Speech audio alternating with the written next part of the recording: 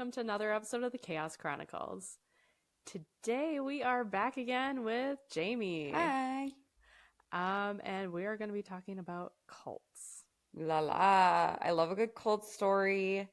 I don't know what cult this is yet. I'm learning everything along with you guys today, so here we go.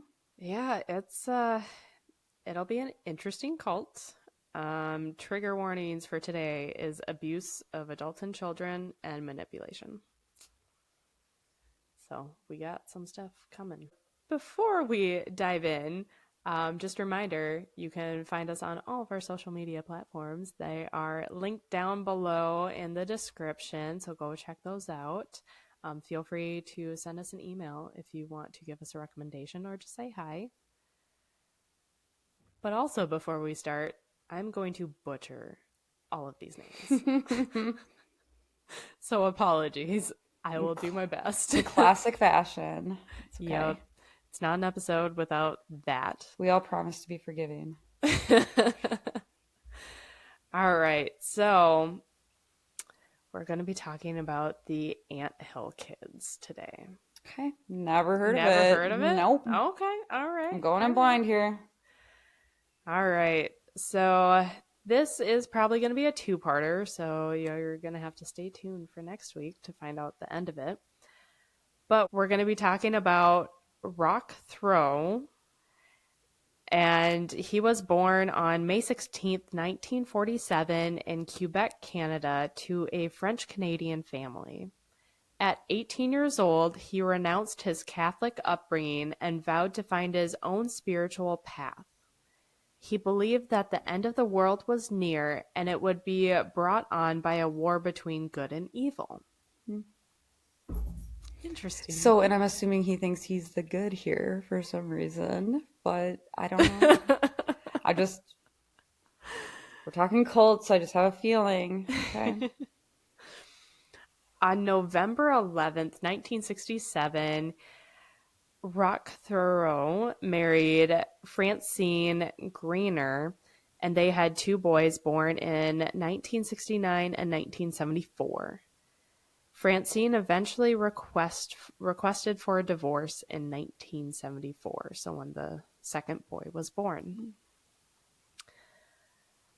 Rock went on to work as a cabinet maker and carpenter in Quebec City, where he met his future wife, Gazelle Lafrance.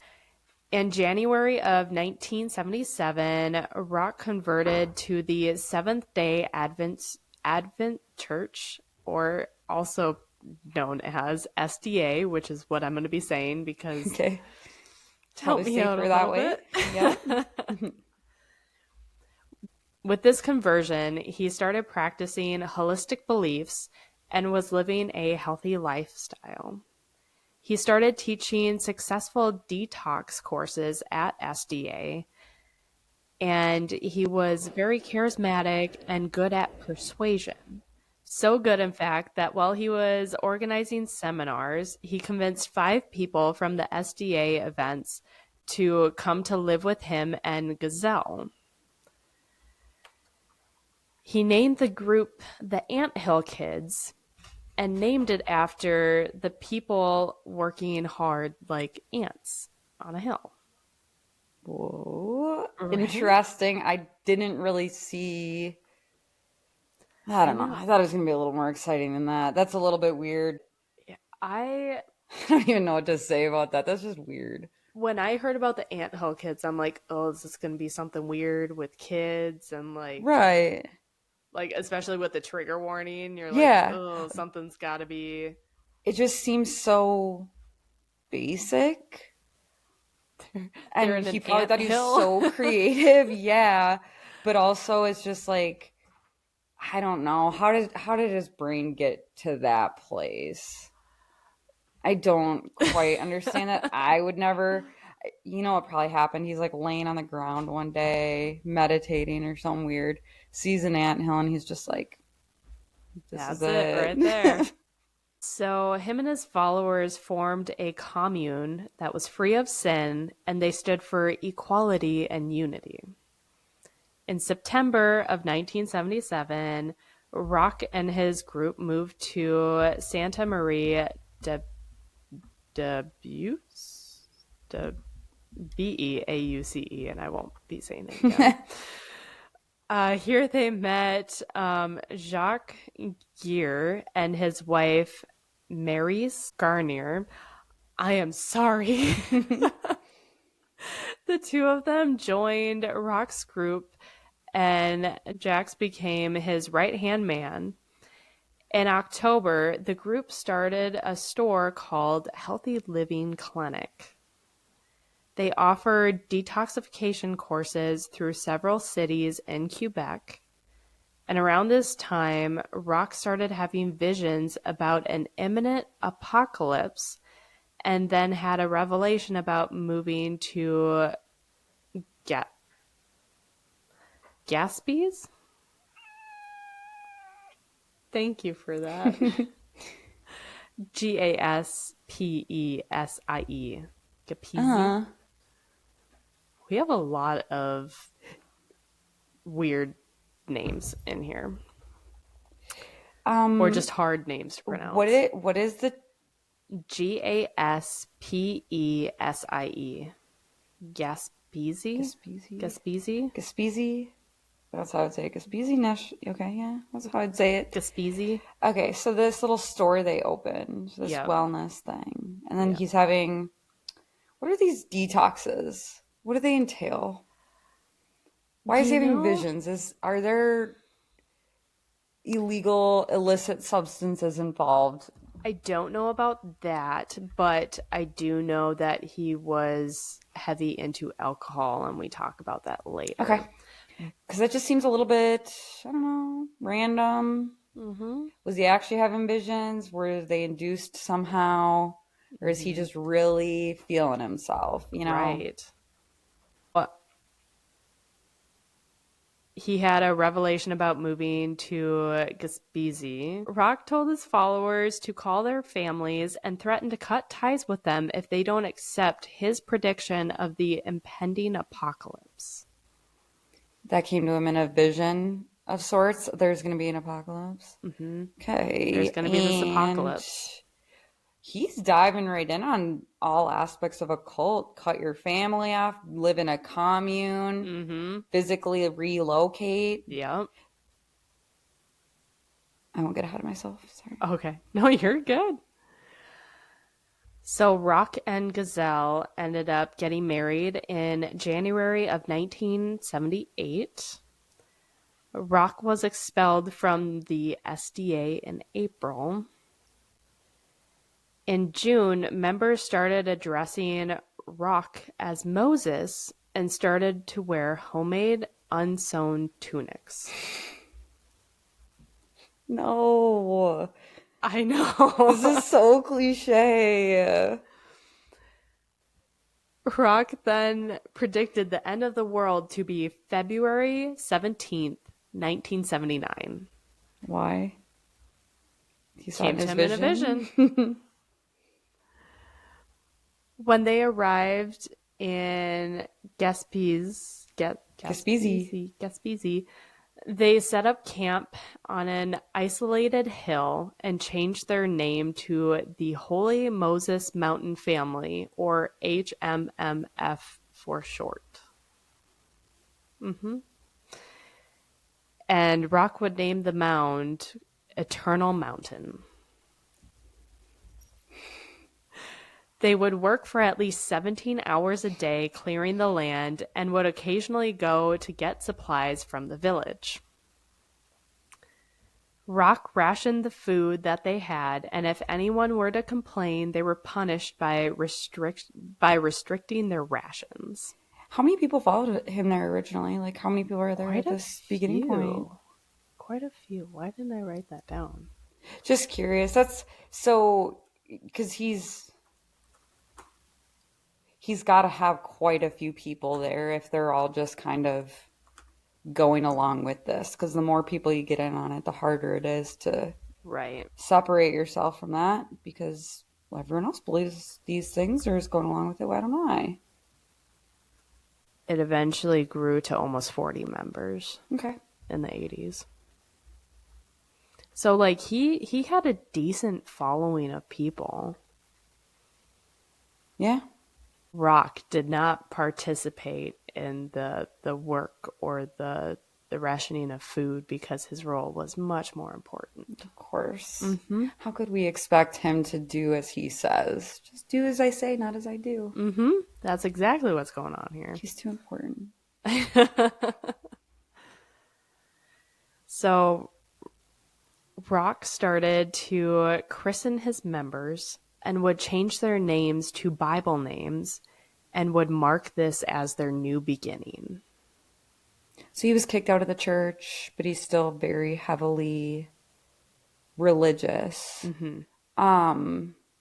Do we know why they kicked him out of the church? Is it just because he really kind of took this thing and ran with it on his own and they really saw what he was doing? I couldn't find anything that could really say I suppose why. That might not be something the church shares either. Yeah, it might not be public. Yeah. If it is, let us know. I was just curious if it was like a very obvious him saying, I don't believe in this anymore or something, or he was like departing too much from their beliefs. Mm-hmm. But it sounds like he's very much still very religious in the same sense.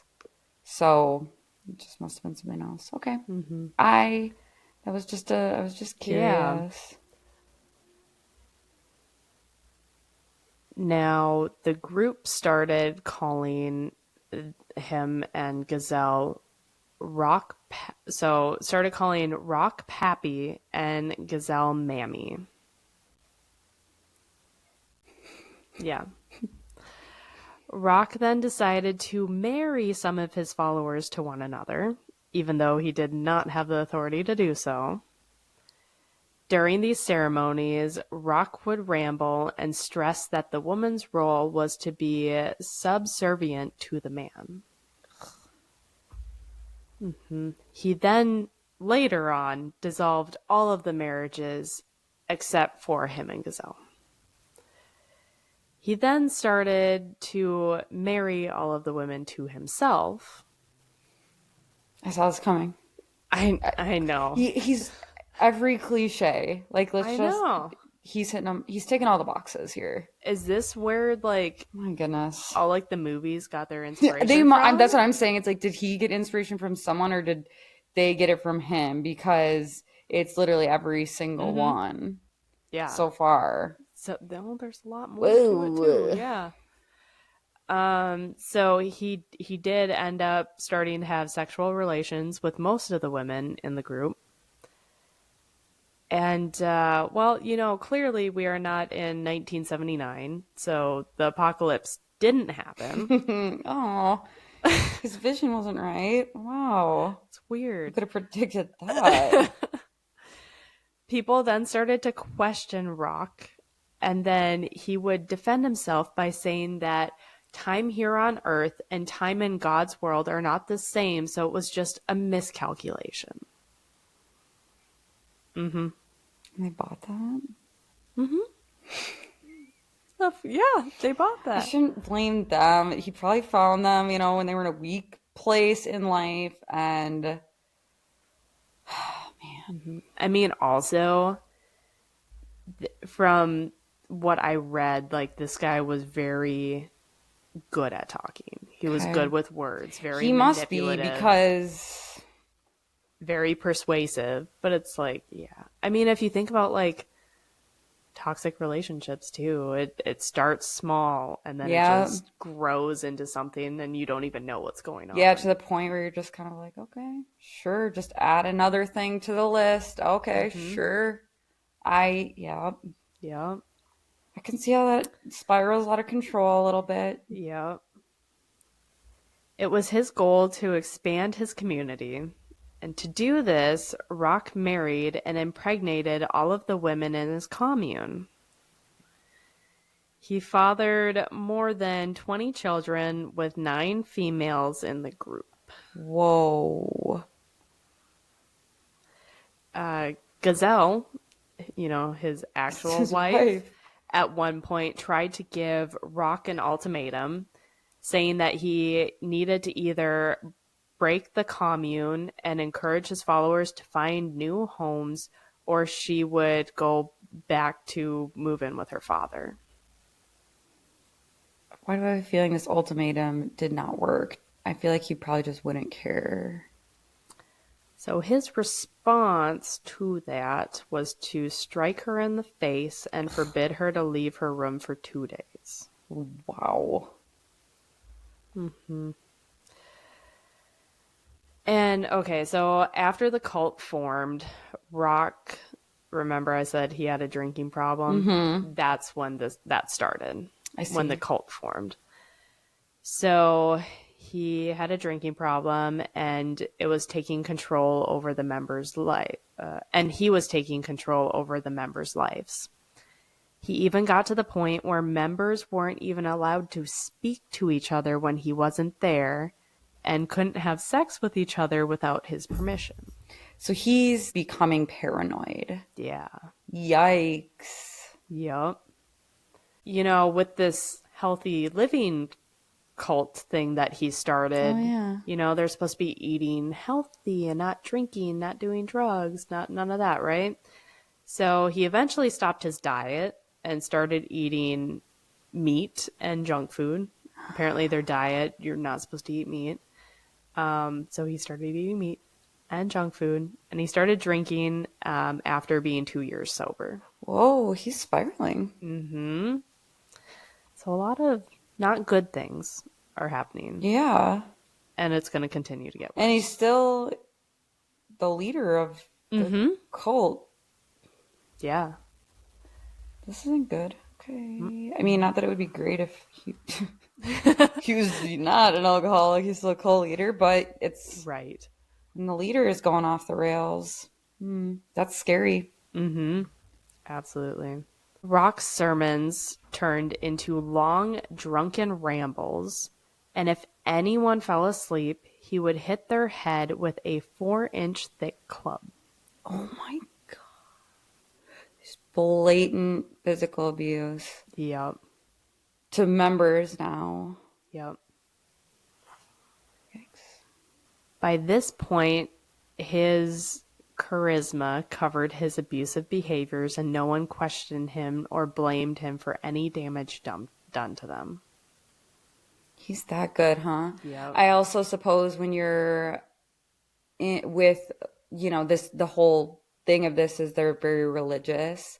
If you introduce and try to hide kind of behind like this entity that they believe in, or this religion that they believe in so heavily, regardless of whether he's like a poor manifestation of that. Yeah. If he's hiding behind their beliefs and saying like, it's because God said this or God said that, or we're supposed to do this for God, they are less, he probably, I would assume in some form or fashion, knows that and uses that to his advantage, because you're not going to question it then at that point. Yeah.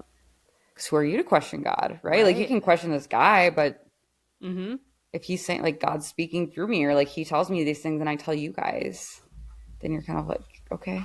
Right. Yeah. As time went on, Rock would start to punish followers he believed were straying from him. He would spy on them and would claim that God told him what they did. If people wanted to leave the commune, he would essentially tie them up and hit them. He would pluck hairs off of them individually or even defecate on them. Whoa. Can let's go back to the spying thing too. There's so much to unpack here. Whoa. Whoa. So he spied on them, so he knows, like, they're having a conversation. They don't know he's listening. And then later he's like, God told me this. And they were probably like, oh, how did God he know? must have been talking to him, because how would he know? Whoa. Okay. And then the other stuff just, oh, why? Why? He's spiraling. I have nothing intelligent to add to that. I don't understand how you can do that. Yeah, it's so being. weird. Yeah. So the Anthill kids raised money from selling baked goods, and those who didn't bring in enough money were punished. Oh, no. Mm-hmm. Punishments became more and more violent as time went on. Some punishments were having members break their own legs with sledgehammers, sit on stoves that were on, shoot each other in the shoulders, and even eat dead mice and feces. If I saw this in a horror movie, I would be like, that's far-fetched. Yeah, that's not believable. Yeah, for this to have actually happened? What? Mm-hmm. He's just thinking, I'm going to think of the most sadistic thing I possibly can because you didn't sell enough donuts today. Right. What? Oh my gosh. It's and insane. To have them turn on each other too, that just adds a whole layer of I don't even know what to this, because it's not like he's just carrying it out and he's the bad guy. He's trying to almost give them an element of like, well, we're all in this together, we're getting punishments, but like we're kind of all involved. Right. Scary. I'm just thinking, like, to have the members turn on each other and dole out these punishments to each other is just a whole added layer to this. Well, it's because God said it so. Exactly, yeah. And also, again, they're not going to question it as much because that's the whole point of religion is faith. Like, you just have to have faith. They're having faith. They're doing what they were taught. And sometimes the followers would have to prove their loyalty by cutting off another's toe with wire cutters. Oh my God. Loyalty to what? Him? I assume so. How do you even come up with this stuff? Actually, we'll talk about it. Oh. Kind of. Okay, I'll be patient. Yes. I just like glanced down and I'm like, oh, that brings up exactly what you were just asking about. But before I say that, unfortunately, the abuse extended to the children too. No. So Nobody was safe. Yeah. I'm not going to be talking about that. Yeah. If you all want to go look that up, you can on your own time. Yeah. We're not talking about it here. Yeah. No one fought back, though, because, quote, it would be like raising a hand against God himself, end quote. There we go. There it is. If he's like so charismatic and he presents it in that way, again, like, who are you to question your faith? Exactly. Yeah. And that quote was from murderpedia.org. Okay. Yeah. So a month after the second coming, a court order came for one of the members, Chantal Labrie. Her parents got an order for her to go through psychiatric tests. When the police came, Rock sent them away. A month later, 10 officers were sent to the Eternal Mountain and arrested Rock for obstruction of justice and was ordered by the court to undergo psychological evaluation. He was released from the hospital and was said to be fit for trial. There, he was given a 1-year suspended sentence. In November of 1980, Guy Veer joined the commune and was the first new member since they had moved. He had previously been treated for depression, and after hearing about Rock on the TV, he decided to go and try to join them. After an examination, Guy was allowed to stay, but in the storage shed, which was away from Rock and his family. He had a wood stove, a case of home-brewed beer, 2 hens, a rooster, and 1 meal a day. Guy's responsibilities were chopping wood and storing food rations for the winter.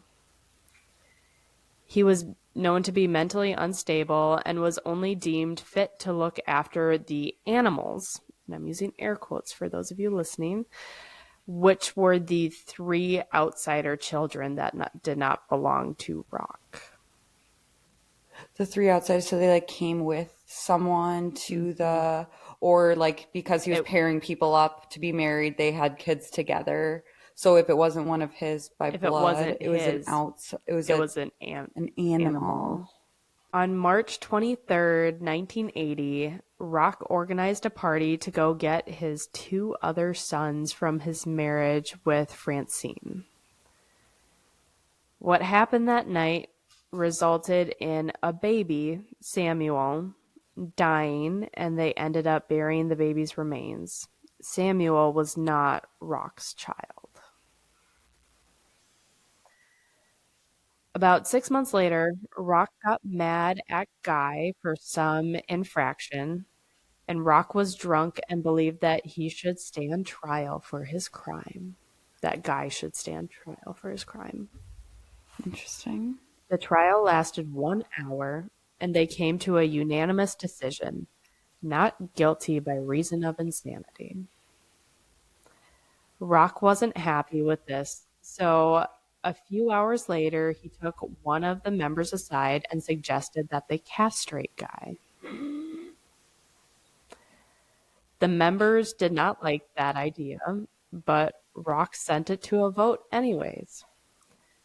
Of the jury of 10, only 3 voted against it. Yeah. Ooh, and it doesn't have to be unanimous? I guess he gets to make the rules. So. Mm-hmm. Well, or he could change them. So obviously, Guy wasn't too keen on this, but Rock told him that it would help cure some of his ailments. If he underwent this, he would no longer be a slave to them and would be a step up from where he's at. Man, to be a fly on the wall for that conversation and just to be able to fill in some of the blanks there, like... I know. But this guy had to have been the master manipulator that everybody's saying he is. Yeah. I don't know how you're that charismatic that you convince someone to let... I'm going to castrate you. Like, how do you look, agree I'm telling to that? you, like, it's going to be so much better, and here's why, and... Guy is like, no, like, whatever. And he's like, no, like, try, it's to get to that level, to have such charisma that you can just trust me, it's going to be great. Whoa. Yep. He must have been a real smooth talker. That's why I'm like, there's got to be interviews with him out there somewhere. I'm going to go down a rabbit hole later and look. See if he's actually who he claims to be. Rock asked Guy to sign a letter of consent, and eventually he did. Rock performed the castration, and Guy really didn't have any complications. Rock worried of Guy being a security risk, so he tormented him, beat him, and played games with him. One of the games, oh yeah, I forgot about this. I'm scared. Are you familiar with like some Bible stories? Yeah. Do you know the story of like Abraham sacrificing his son Isaac? I mean, I've heard it, but it doesn't ring a bell. Like, I can't recall. So basically what he was doing was replicating this story. And in this story, it's about Abraham, like God tells Abraham to sacrifice his son, and he really doesn't want to do it. And basically God stops Abraham at the last minute. It's kind of like a test. Okay. And so he was basically toying with him like that. Constantly. Knowing that he wasn't actually going to go through with it, but like making him truly believe, like, you're going to be like, I need to make sure you fully trust me. Yeah. On November 5th, 1981, Guy escaped and went to the village of St. Georges and told the villagers that a baby died after being kicked by a horse. The police raided the compound and arrested several people. 4 received charges of criminal negligence causing bodily harm to Samuel, who is the baby that died, and then 1 charge for obstruction of justice for the one who burned the baby's body. Oh, because now they can't really like do an autopsy and all of that. Yeah. Yep.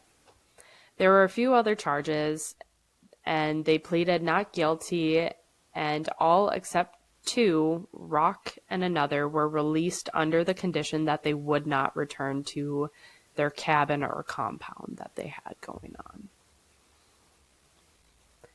There was a 9-month trial in New Carlisle. During this time, the members moved to New Carlisle to be closer. Wow. All parties were found guilty of their charges. 2 parties received 3 years probation. 2 received 6 months in prison and 3 years of probation, and 1 received 9 months in jail and 3 years of probation. Rock was sentenced to 2 years and 3 years probation on 2 charges. The members of the commune split into 4 apartments in Quebec City to be near their leader. Police destroyed the cabin, and Rock started to write a book that he would later publish in 1983. Is this book out there right now? I think so.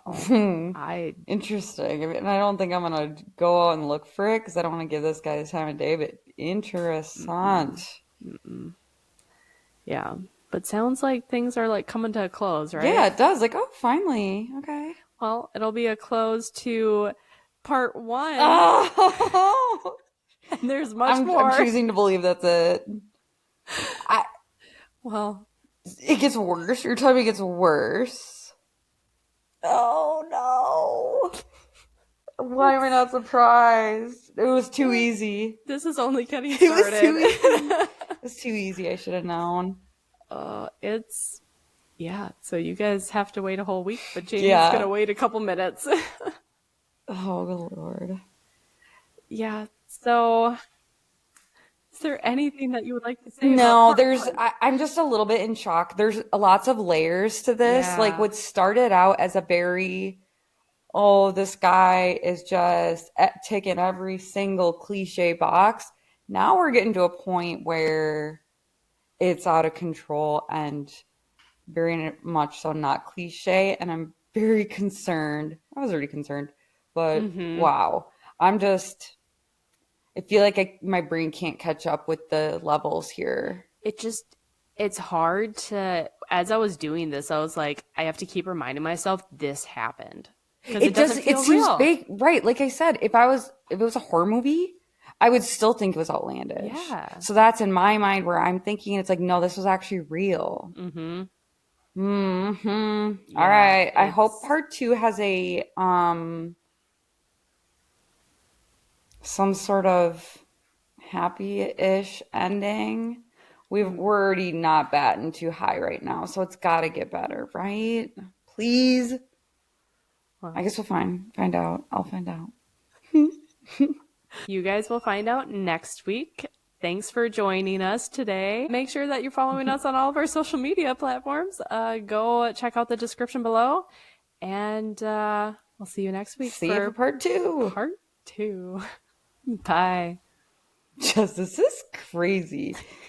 I like so badly just want to go. I have this like article open, and I'm just like, because I was trying to look for pictures, and I just so badly want to just like go in on this, but I can't because like it's too good. It's too juicy being able to react in real time. You might see some pictures you really don't want to see. Well, all I'm looking at right now, because I wanted to look at the cabin.